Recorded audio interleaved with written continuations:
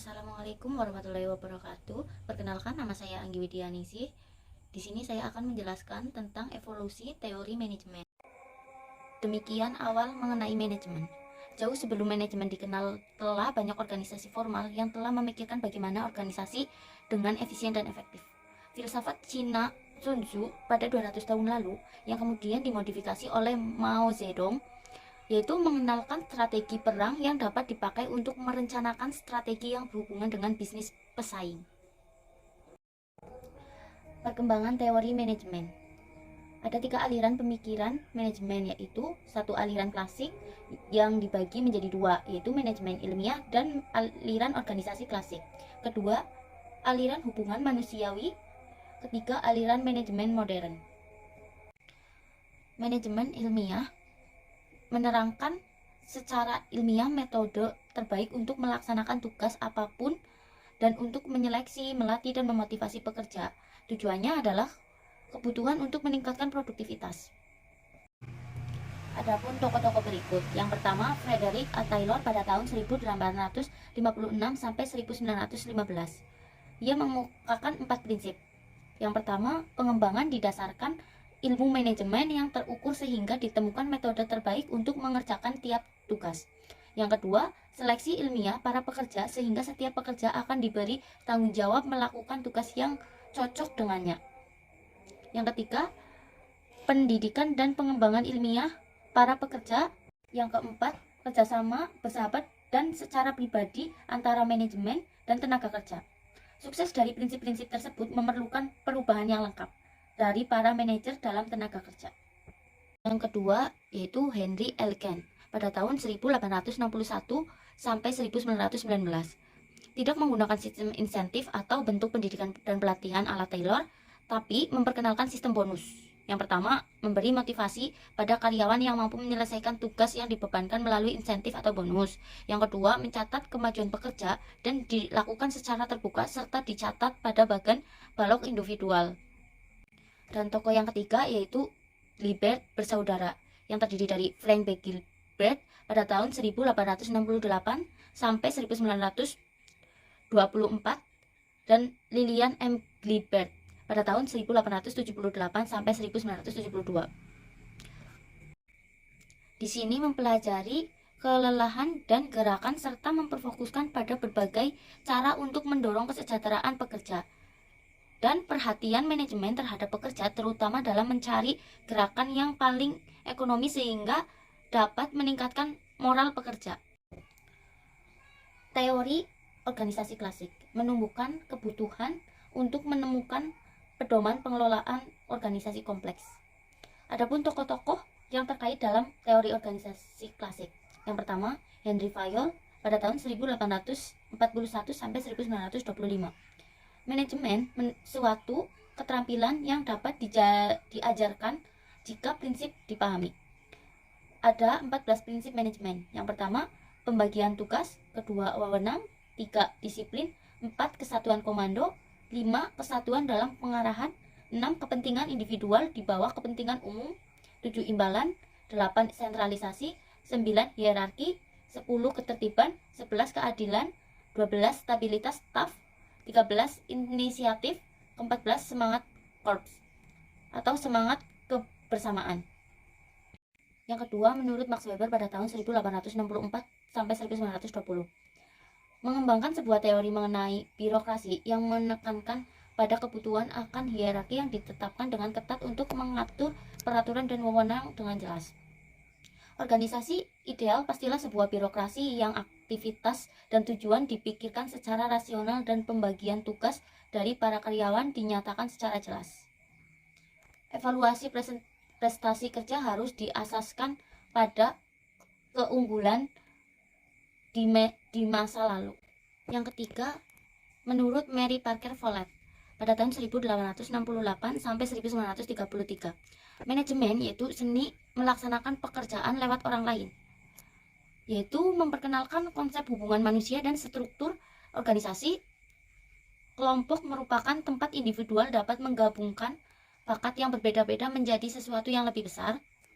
Ada juga fungsi kontrol atau pengendalian yang utuh memperhitungkan bukan hanya individual dan kelompok, tetapi juga pengaruh dari faktor lingkungan seperti politik, ekonomi, dan biologi. Follett membuka jalan bagi teori manajemen untuk mengikut sertakan hubungan yang lebih luas baik dari dalam organisasi maupun dari luar organisasi. Yang keempat, menurut Chester I. Barnett pada tahun 1886 sampai 1961, itu orang berkumpul bersama dalam organisasi formal tidak dapat mencapai tujuan jika bekerja sendiri-sendiri, tetapi dalam mengejar sasaran organisasi, mereka yang harus memuaskan kebutuhan individual masing-masing. Menurut Chester I. Barnett 2, inisiatif, yang pertama uang dan material lain, yang kedua kesempatan non material, yang ketiga kondisi kerja yang baik, yang keempat imbalan ideal kebanggaan. Tugas pemimpin membangun dan memperhatikan sistem komunikasi, menyiapkan pelayanan penting, dan memutuskan tujuan dan manfaat orang lain. Yang kedua dari evolusi teori manajemen yaitu teori behavioral, yaitu hubungan manusiawi. Pada aliran ini digolongkan jadi dua pendekatan. Yang pertama, gerakan hubungan manusia, dan yang kedua, pendekatan ilmiah tingkah laku. Adapun tokoh-tokoh berikut. 1. Menurut Elton Mayo pada tahun 1880 sampai 1949 mengenai gerakan hubungan manusia. Penelitian manusia dalam lingkungan kerja, pekerja yang mendapatkan perhatian khusus akan bekerja lebih baik dan dapat meningkatkan produktivitas.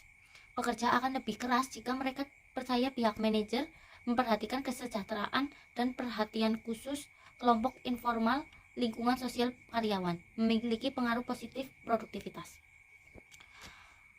Yang kedua, menurut Douglas M.C. Gregor dan Abraham Maslow mengenai pendekatan ilmiah tingkah laku. Menurut M.C. Gregor membedakan dua asumsi dasar alternatif mengenai manusia dan pendekatan mereka terhadap pekerjaan. Dua asumsi tersebut memunculkan teori X dan Y. Teori X, pandangan produktivitas tentang motivasi. Pada dasarnya, pekerja dibenci oleh karyawan sehingga harus diberi motivasi dengan paksaan uang dan pujian.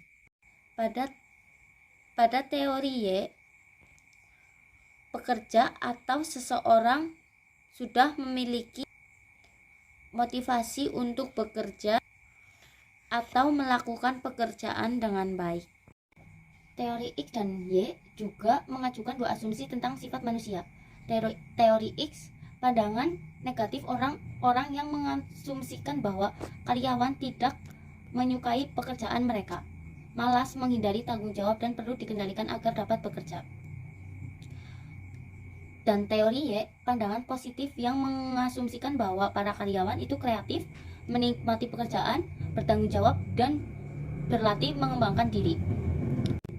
Ada juga menurut Maslow, kebutuhan yang memotivasi manusia untuk mendapatkan kepuasan dapat dibuat hierarki. Kebutuhan peringkat bawah harus dipuaskan terlebih dahulu sebelum kebutuhan peringkat yang lebih tinggi dipenuhi. Teori motivasi menurut Abraham Maslow, hierarki kebutuhan. Variasi kebutuhan manusia dipandang tersusun dalam bentuk hierarki atau berjenjang. Setiap jenjang kebutuhan dapat dipenuhi hanya jenjang sebelumnya telah relatif terpuaskan. Pemisahan kebutuhan tidak berarti masing-masing bekerja secara eksklusif. Yang terakhir, kebutuhan bekerja timpang tindih sehingga orang dalam suatu ketika termotivasi oleh orang kebutuhan lebih. Hierarki kebutuhan menurut Maslow. Yang pertama, kebutuhan dasar 1, yaitu kebutuhan fisiologis. Yang kedua, kebutuhan dasar 2, yaitu kebutuhan keamanan. Yang ketiga, kebutuhan dasar 3, yaitu kebutuhan dimiliki dan dicintai. Kebutuhan dasar 4, kebutuhan harga diri. Kebutuhan dasar meta, yaitu kebutuhan aktualisasi diri. Yang ketiga dari evolusi teori manajemen, yaitu aliran manajemen modern. Aliran manajemen modern berkembang melalui dua jalur yang berbeda. Jalur pertama, pengembangan dan aliran hubungan manusiawi yang dikenal dengan perilaku organisasi. Jalur yang kedua dibangun atas manajemen ilmiah dikenal sebagai aliran kuantitatif atau operation research dan manajemen science manajemen operasi. Prinsip dasar perilaku organisasi dari tokoh manajemen modern. Yang pertama, manajemen tidak dapat dipandang sebagai suatu proses teknik secara ketat. Yang kedua, manajemen harus sistematis dan pendekatan yang digunakan harus dengan pertimbangan serta hati-hati. Yang ketiga, organisasi sebagai suatu keseluruhan dan pendekatan manajer individual untuk pengawasan harus sesuai situasi. Yang keempat, pendekatan motivasional yang menghasilkan komitmen pekerja terhadap tujuan organisasi sangat dibutuhkan. Adapun aliran kuantitatif. Aliran ini ditandai dengan perkembangan tim-tim riset operasi dalam pemecah masalah-masalah industri yang didasarkan atas sukses tim-tim riset operasi Inggris pada Perang Dunia II. Sejalan dengan semakin kompleksnya komputer elektronik, transportasi, dan komunikasi, teknik riset operasi menjadi keputusan prosedur riset operasi tersebut kemudian diformalisasikan dan disebut aliran kuantitatif.